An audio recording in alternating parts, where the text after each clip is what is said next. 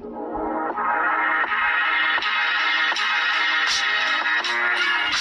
Students, कैसे हैं आप लोग।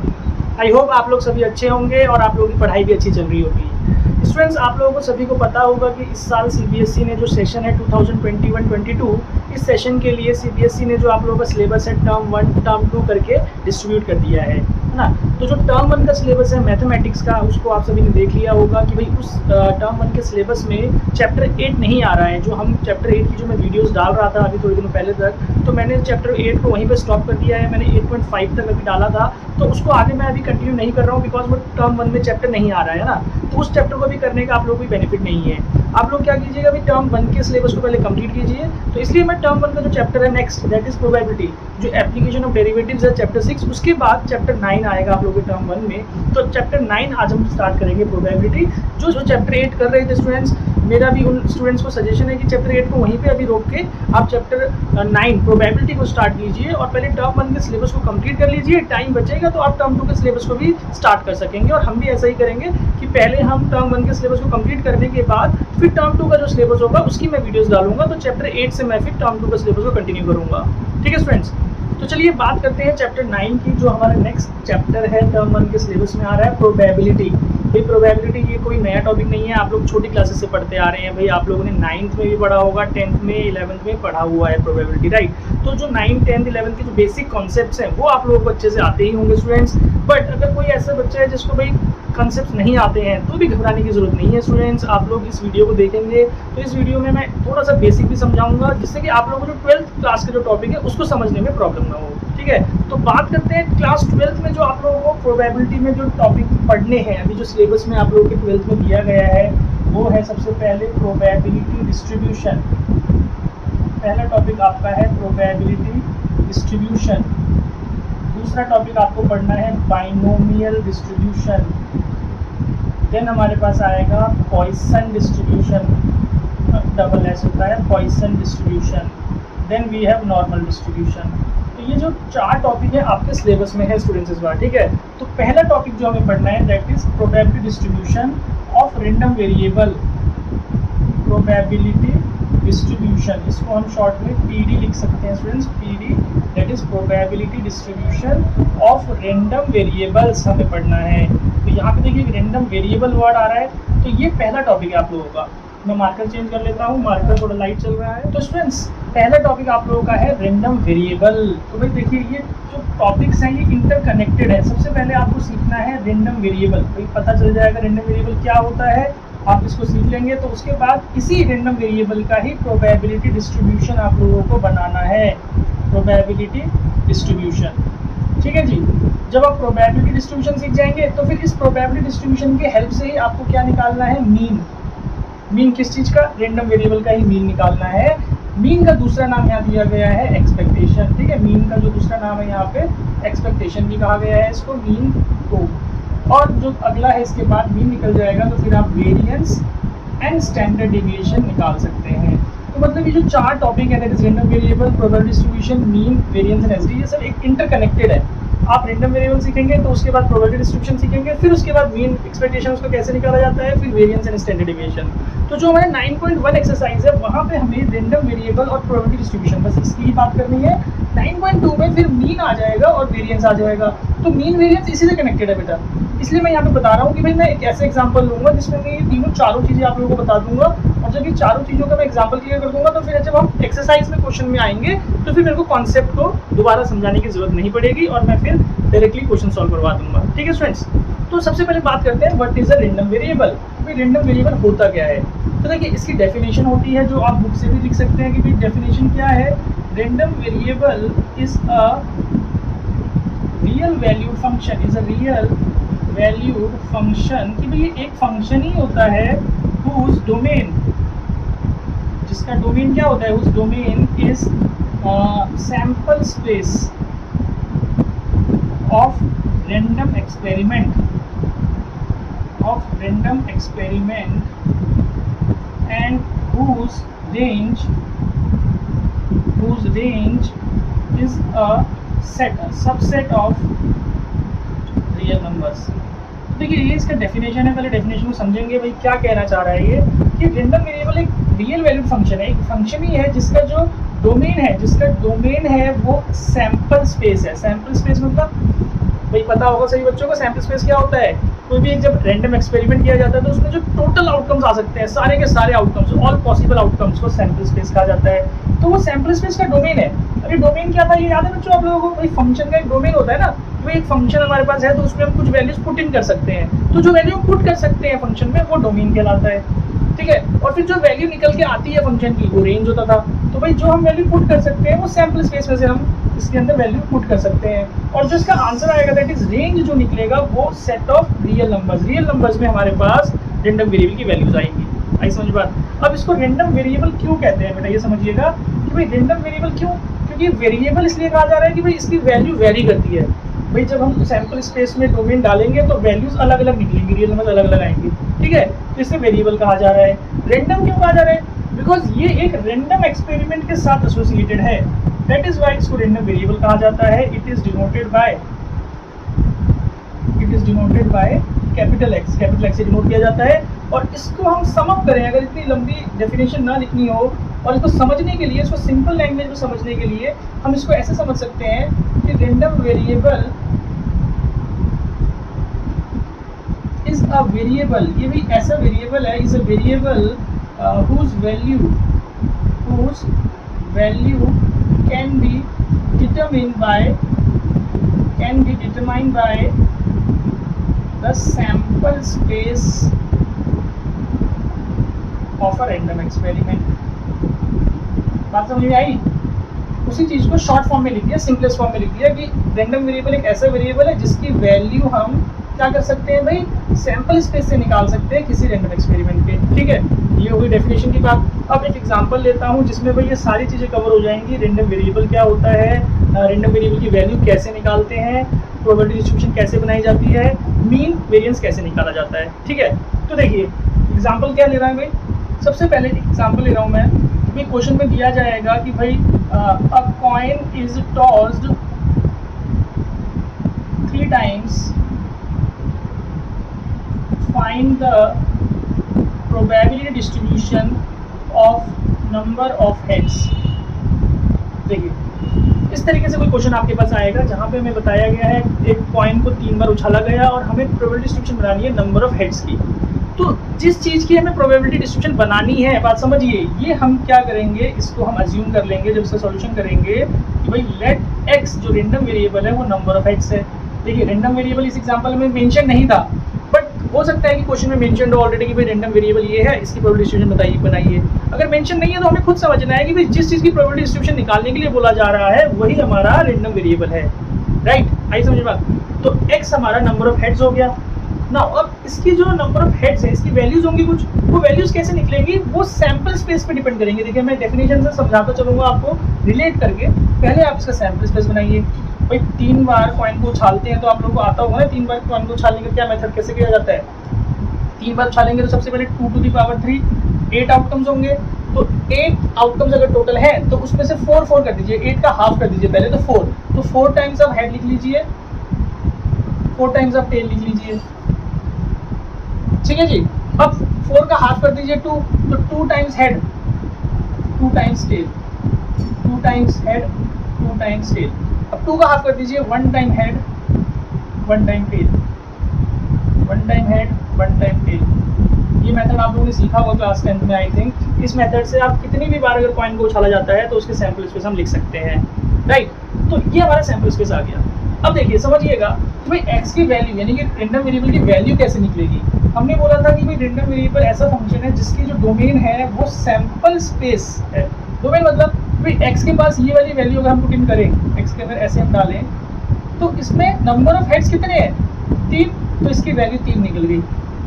फिर एक्स में अगर हम ये डालें HHT तो नंबर ऑफ हेड्स कितने हैं भाई क्लियरली पता लग रहा है 2। एक्स में हम HTH डालें तो 2 ही आ रहा है।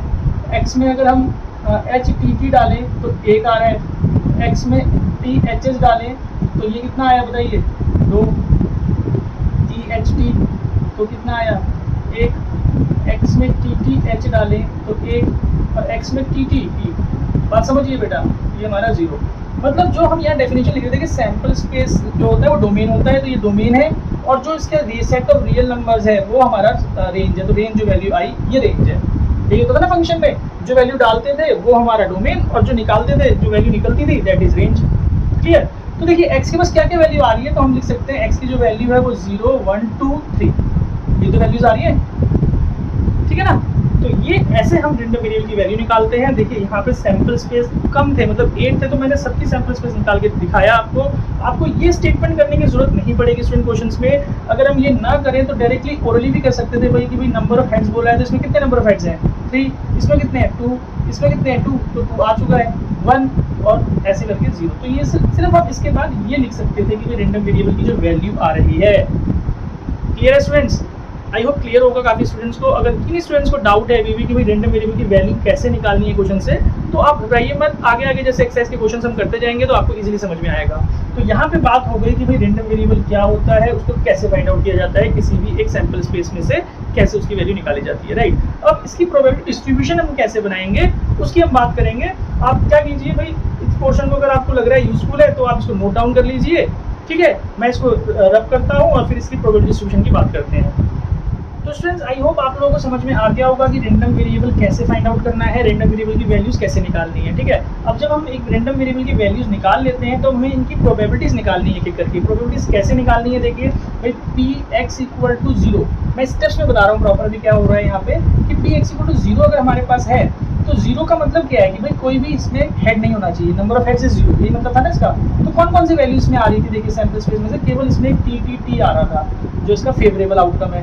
तो इसकी प्रोबेबिलिटी क्या होगी, आपको ध्यान होगा प्रोबेबिलिटी ऑफ इवेंट क्या होता था, number of favourable outcomes upon total outcomes, right, यही था ना। तो नंबर ऑफ फेवरेबल आउटकम्स यहाँ पे 8 ही है और टोटल आउटकम्स 8 है, तो इसकी प्रोबेबिलिटी 1/8। px = 1 का मतलब क्या था, ऐसे आउटकम्स जहाँ पे 1 हेड है। 1 हेड देखिए कौन कौन से हैं जहाँ पे 1 हेड आ रहा है, देखिए एक ये है हमारे पास, एक 1 हेड ये वाला है, एक 1 हेड ये वाला है, तो ये हमारे फेवरेबल आउटकम्स हैं, ठीक है। 3 फेवरेबल हो गए और टोटल 8 है। आई समझ में बात।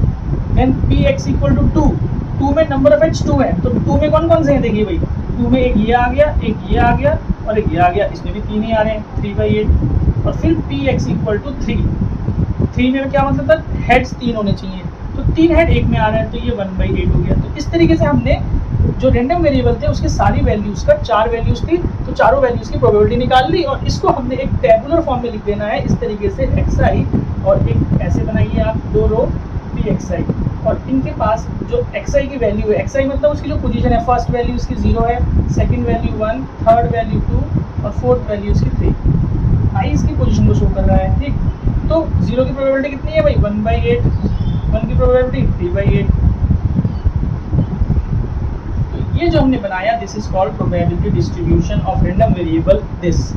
आई होप क्लियर होगा स्टूडेंट्स। देखिए इस क्वेश्चन में तो आप क्या कर सकते थे, ये ऐसे प्रोबेबिलिटी निकालने की जरूरत नहीं है, डायरेक्टली एक टेबल बना देते हैं। 0 की प्रोबेबिलिटी हमें पता लग रही है भाई 1/8, 1 पे क्या आ रहा है 3/8, तो डायरेक्टली इसको बना सकते हैं, ठीक है।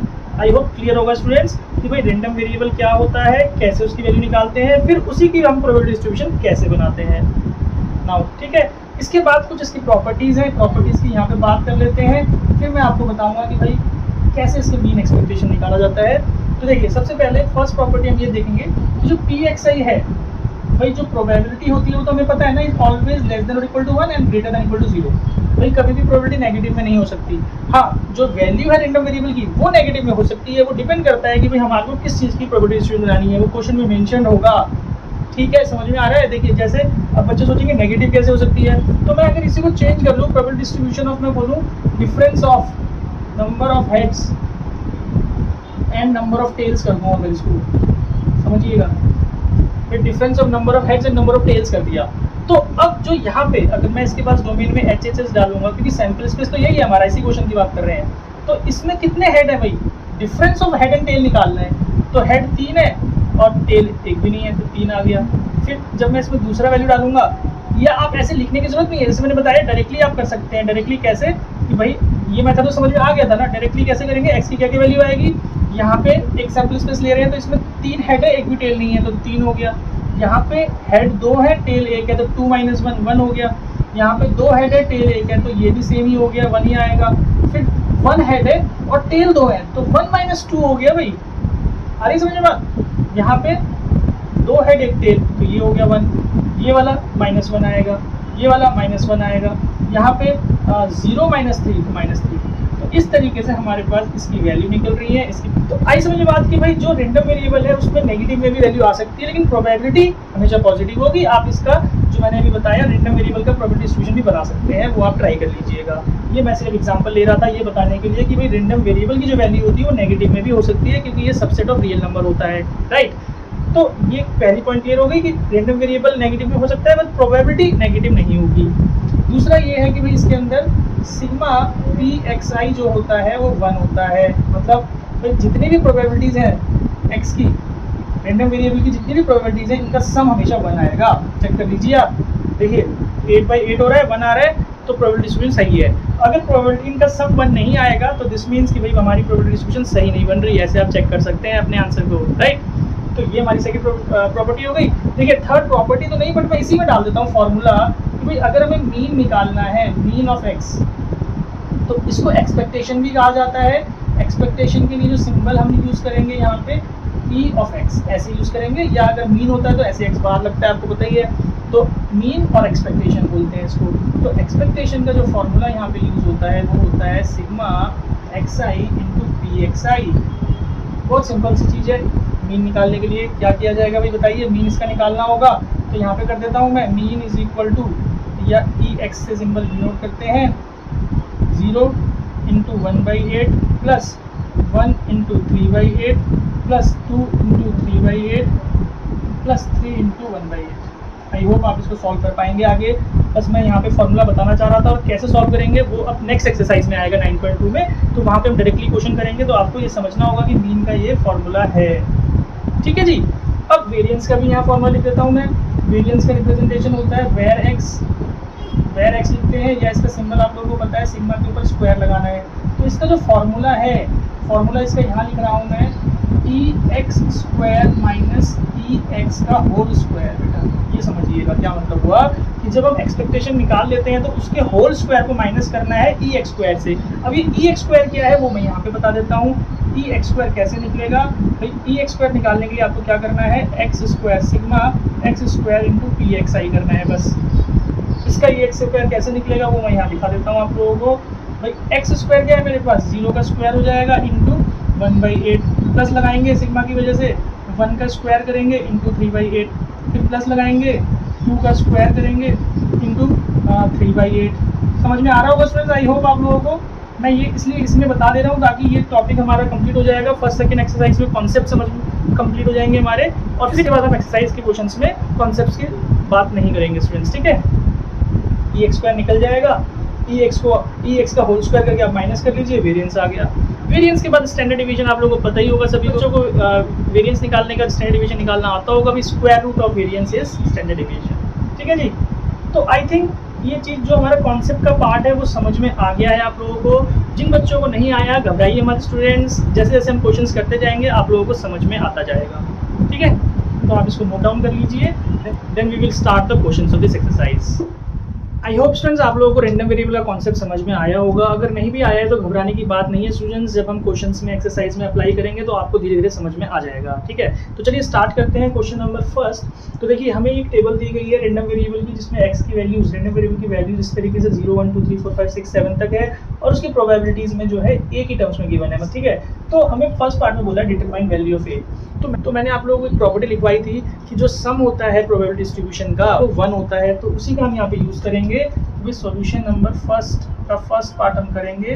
तो भाई sigma P X I is equal to 1 होता है, यानी कि जितनी भी प्रोबेबिलिटीज हैं इनको हम प्लस करेंगे। तो आप देखिए ए प्लस 4 5 8 15 15 एंड 23 23 10 33 33 6 39 48 इक्वल टू 1। तो a इक्वल टू 1/48, ठीक है जी। तो a का वैल्यू आ गया 1/48। यहाँ पे मैंने सम डायरेक्टली लिख लिया है, आप पहले लिख सकते हैं a प्लस और नोट करके फिर प्लस कर सकते हैं। हाँ सेकंड पार्ट देखते हैं। सेकंड पार्ट में इसने बोला है कि भाई हमें निकालना है probability of x is less then 3।